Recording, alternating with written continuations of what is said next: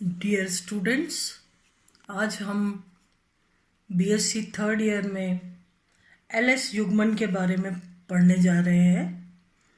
LS युग्मन क्या होता है? आपने चुंबकीय गुणों के बारे में पढ़ा, किस तरीके से अनुचुंबकीय पदार्थ, प्रतिचुंबकीय पदार्थ, फेरो चुंबकीय पदार्थ और प्रतिफेरोचुंबकीय पदार्थ जब चुंबकीय क्षेत्र में रखा जाता है इन्हें तो किस प्रकार से काम करते हैं,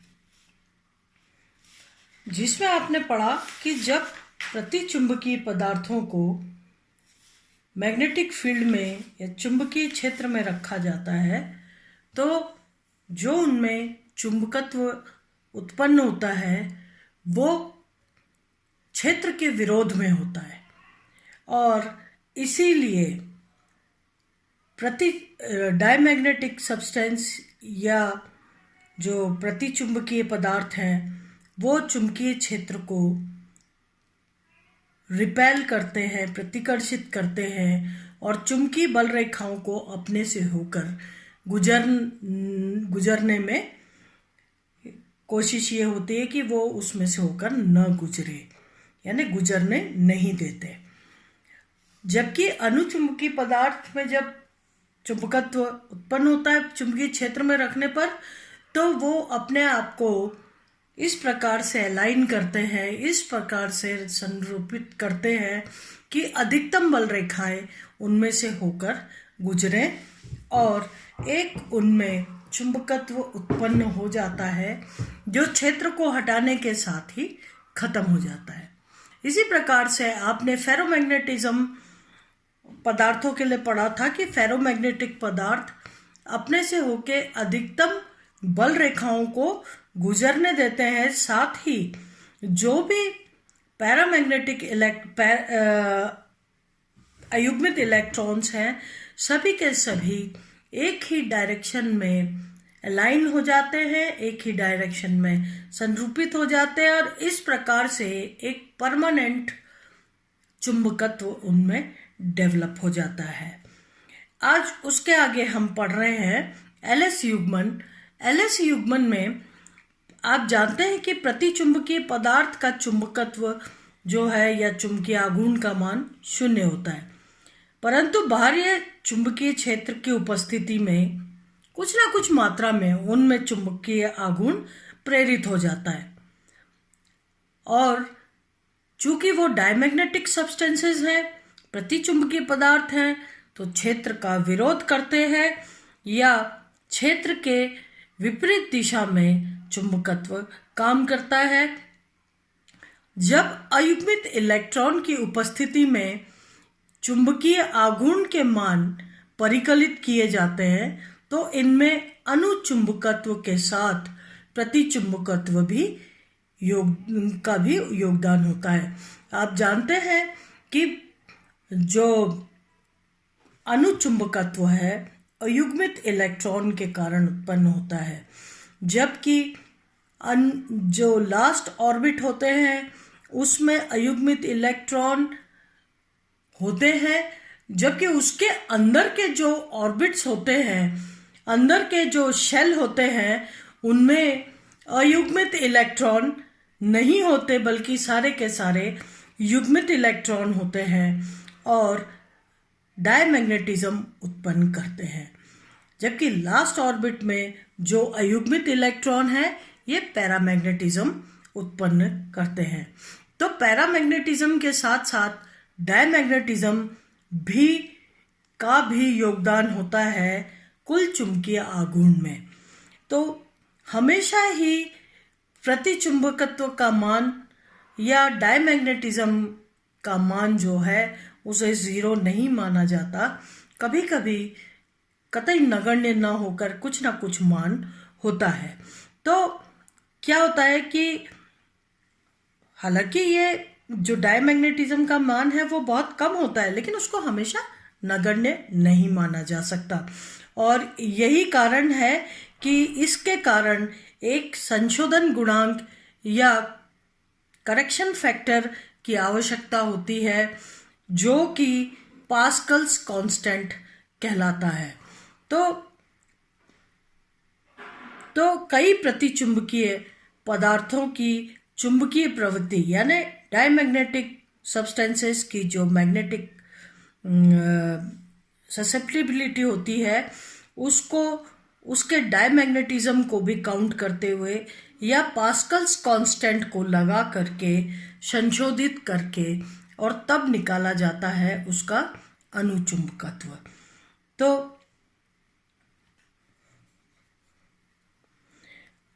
प्रतिचुंबकीय प्रवृत्ति संशोधन के पश्चात यानी पास्कल्स कांस्टेंट के पश्चात, पास्कल कांस्टेंट्स जो हैं ये बहुत सारे पदार्थों के लिए निकाल रखे हैं पास्कल कांस्टेंट, और ये मान आपकी किताबों में दिए हुए हैं। और जब पैरामैग्नेटिज्म को निकाला जाता है तो ये डायमैग्नेटिज्म ससेप्टिबिलिटी उसमें से हटा दी जाती है, ताकि पैरामैग्नेटिज्म का जो मैग्नेटिक मोमेंट का मान है वो एग्जैक्टली आपको मिले। तो ये सारा का सारा जो पैरामैग्नेटिज्म की गणना करते हुए डायमैग्नेटिज्म के लिए संशोधन गुणांक लगाया जाता है। तो प्रतिचुंबकीय प्रवृत्ति संशोधन के पश्चात प्राप्त डायमैग्नेटिज्म संशोधन यानी पास्कल्स कांस्टेंट को हटाने के पश्चात जो अनुचुंबकीय प्रवृत्ति का अणु के स्थायी चुंबकीय आघूर्ण के साथ जो संबंध होता है वो होता है काई m = n² μ² अपॉन 3RT। यहाँ पर काई m क्या है? ये है चुंबकीय प्रवृत्ति अणु की, है ना। तो magnetic susceptibility of A molecule, या n जो है आप बहुत अच्छी तरह जानते हैं, ये एवोगैड्रो संख्या है।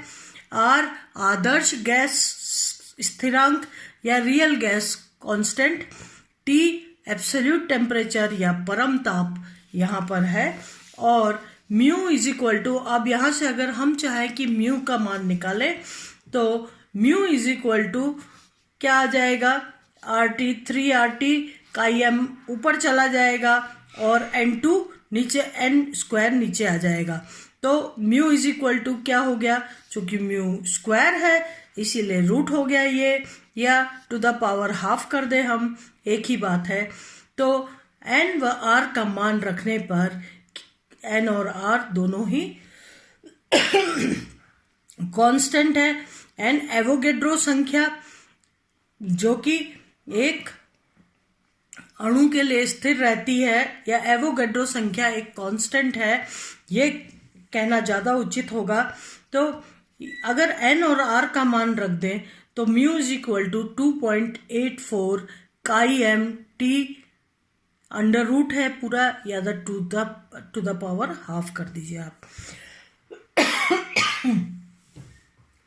तो म्यू का मान इस तरीके से निकाल लिया जाता है। इसमें अलग अलग पदार्थों के लिए काई m का मान अलग अलग होता है। इस प्रकार से चुंबकीय आघूर्ण का मान निकाल लिया जाता है।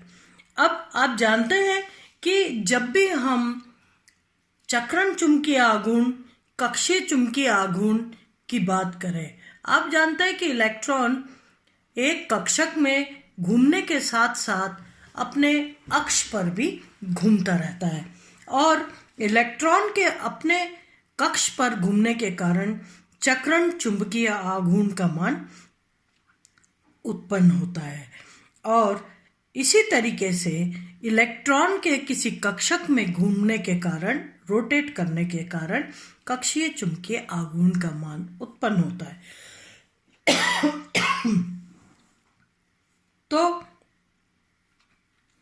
अगर अनुचुंबकीय आघूर्ण की गणना करने के लिए हमको क्या करना पड़ेगा? अयुग्मित इलेक्ट्रॉन के कक्षीय गति व चक्रण गति के कारण अनुचुंबकीय आघूर्ण जो पैदा हो रहा है, इसमें 3 प्रकार से युग्मन की संभावनाएं हैं। चक्रण यानी 2 इलेक्ट्रॉन के चक्रण आपस में युग्मन करें, कक्षक कक्षक युग्मन तथा कक्षक चक्रण या LS युग्मन। जहां तक कि लैंथेनाइड्स का सवाल है, लैंथेनाइड के केस में ये तीनों ही प्रकार के चक्रण, ये तीनों ही प्रकार के युग्मन पाए जाते हैं। लैंथेनाइड संकुलों में अनुचुंबकीय आघूर्ण इन तीनों युग्मनों को ध्यान में रखते हुए निम्न सूत्र द्वारा परिकलित किया जाता है। Mu is equal to G root J+1। यहाँ पर J क्या है? ये टोटल कोणीय संवेग क्वांटम संख्या, ये एक नई क्वांटम संख्या। अभी तक आपने 4 क्वांटम संख्या के बारे में पढ़ा था, और G जो है वो J जो है ये एक नई क्वांटम संख्या है जो कि इन तीनों युग्मनों के कारण उत्पन्न होती है, जिसे कुल कोणीय संवेग क्वांटम संख्या, जो कि चक्रण कोणीय संवेग, कक्षक कोणीय संवेग से मिलकर बनी होती है और चक्रण कक्षक युग्मन से मिलकर बनी होती है, कुल कोणीय संवेग क्वांटम संख्या कहलाता है। ये जब लैंथेनाइड के केस में चुंबकीय आघूर्ण का मान कैलकुलेट किया जाता है तो उसके लिए फॉर्मूला लगता है mu is equal to G J+1। G जो है ये लैंडे विपाटन गुणांक या लैंडेज स्प्लिटिंग फैक्टर कहलाता है। तो यहाँ पर G का मान जो होता है ये G is equal to 1 plus J+1 यानी LS युग्मन प्लस S+1 यानी चक्रण क्वांटम संख्या या चक्रण चुंबकीय आघूर्ण के कारण ये फैक्टर है, और कक्षीय चुंबकीय आघूर्ण के कारण L+1 और अपॉन J+1। तो कुल मिला के G का मान क्या हो गया? 1 plus J+1 plus S+1 minus L+1 upon J+1। एक मोटी मोटी बात करें तो आप जानते हैं कि प्रथम संक्रमण श्रृंखला के लिए जहां पर कि जो कक्षीय कोणीय आघूर्ण का मान है वो बहुत कम होता है, क्योंकि इलेक्ट्रॉन सतह पर होते हैं और सतह पर होने के कारण जो लिगेंड्स हैं उनके कक्षीय कोणीय आघूर्ण या कक्षीय चुंबकीय आघूर्ण और धातु आयन के जो चुंबकीय आघूर्ण है, कक्षीय चुंबकीय आघूर्ण, इनका आपस में शमन हो जाता है, क्वेंच हो जाते हैं। एक दोनों की विपरीत दिशाओं के कारण जो कक्षीय कोणीय आघूर्ण का मान है वो बहुत कम हो जाता है और उसको नगण्य मान लेते हैं। ऐसी कंडीशन में जो चुंबकीय आघूर्ण का मान है प्रथम संक्रमण श्रृंखला के लिए वो केवल चक्रण चुंबकीय आघूर्ण या चक्रण क्वांटम संख्या के आधार पर निकाल लिया जाता है। तो यहाँ पर लैंथेनाइड्स एक्टिनाइड्स के केस में J का मान कुल कक्षीय संवेग क्वांटम संख्या व कुल चक्रण संवेग क्वांटम संख्या पर निर्भर करता है। उपरोक्त सूत्र से लैंथेनाइड संकुलों के चुंबकीय आघूर्ण के मान काफी सही आते हैं। तो जब भी हम लैंथेनाइड्स के लिए चुंबकीय आघूर्ण का मान परिकलित करते हैं तो उसे इस फॉर्मूले के द्वारा परिकलित किया जाता है। परंतु संक्रमण तत्वों में, जहां अभी हम लैंथेनाइड्स की बात कर रहे थे, यहाँ पर अब हम संक्रमण तत्वों की बात कर रहे हैं। तो संक्रमण तत्व संकुलों में जहां चक्रण कक्षक युग्मन नगण्य होता है, अभी भी मैंने आपको समझाया, चक्रण कक्षक युग्मन नगण्य होता है, परंतु अनुचुंबकीय आघूर्ण में कक्षीय व चक्रण दोनों का योगदान होता है। वहां पर चुंबकीय आघूर्ण को mu is equal to √4s S+1 plus L+1 के द्वारा, इस समीकरण के द्वारा निकाला जाता है, जो कि अगर देखा जाए तो संक्रमण तत्व की तृतीय संक्रमण श्रृंखला जो है उसमें कक्षीय योगदान भी होता है और चक्रण योगदान भी होता है। इसलिए यहाँ पर चुंबकीय आघूर्ण का मान जो है वो इन दोनों के द्वारा निकाला जाता है और फॉर्मूला आता mu is equal to √4s+1 + l+1। ठीक है, लेकिन प्रथम संक्रमण श्रृंखला जहां पर कक्षीय चुंबकीय आघूर्ण या कक्षीय योगदान लिगेंड की उपस्थिति के कारण जिसका कि शमन हो जाता है, वहां पर कक्षीय योगदान को नगण्य मानते हुए केवल चक्रण मात्र सूत्र के द्वारा चुंबकीय आघूर्ण निकाला जाता है। इस समीकरण में L का मान प्रायोगिक रूप से संकुलों के लिए परिकलित करने पर सामान्य आयन की तुलना में सदैव कम आता है, क्योंकि लिगेंड की उपस्थिति के कारण कक्षीय कोणीय संवेग या ऑर्बिटल एंगुलर मोमेंटम का मान कम हो जाता है। ठीक है, लिगेंड की उपस्थिति के कारण ऑर्बिटल एंगुलर मोमेंटम का मान कम हो जाता है और विशेष परिस्थितियों में जब L = 0 हो जाए तो अनुचुंबकीय आघूर्ण में कक्षीय योगदान नगण्य माना जाएगा। प्रथम श्रेणी संक्रमण तत्वों में अनुचुंबकीय आघूर्ण परिकलित करते समय कक्षीय आघूर्ण को नगण्य मान लिया जाता है। ठीक है, इसलिए उस प्रथम संक्रमण श्रृंखला में चूंकि डी कक्षक में जो इलेक्ट्रॉन अयुग्मित है वो अंतिम कक्षक में या सबसे ऊपरी सतह पर वो उपस्थित होते हैं, इसीलिए लिगेंड की उपस्थिति में जो कक्षीय चुंबकीय आघूर्ण का मान है वो नगण्य हो जाता है और ऐसी स्थिति में L का कोई योगदान नहीं होता, सिर्फ और सिर्फ S यानी जो इलेक्ट्रॉन का चक्रण है उसकी अपनी धुरी पर, उसके अपने एक्सिस पर केवल चुंबकीय आघूर्ण का मान जो है उसी के द्वारा परिकलित किया जाता है, जिसे चक्रण मात्र सूत्र कहते हैं, जो कि mu is equal to √n+2 की सहायता से, इस फॉर्मूले की सहायता से कैलकुलेट कर लिया जाता है। प्रथम श्रेणी संक्रमण श्रृंखला में अनुचुंबकीय आघूर्ण परिकलित करते समय कक्षीय आघूर्ण को नगण्य मान लेते हैं क्योंकि अयुग्मित इलेक्ट्रॉन बाह्यतम कक्षक में होते हैं।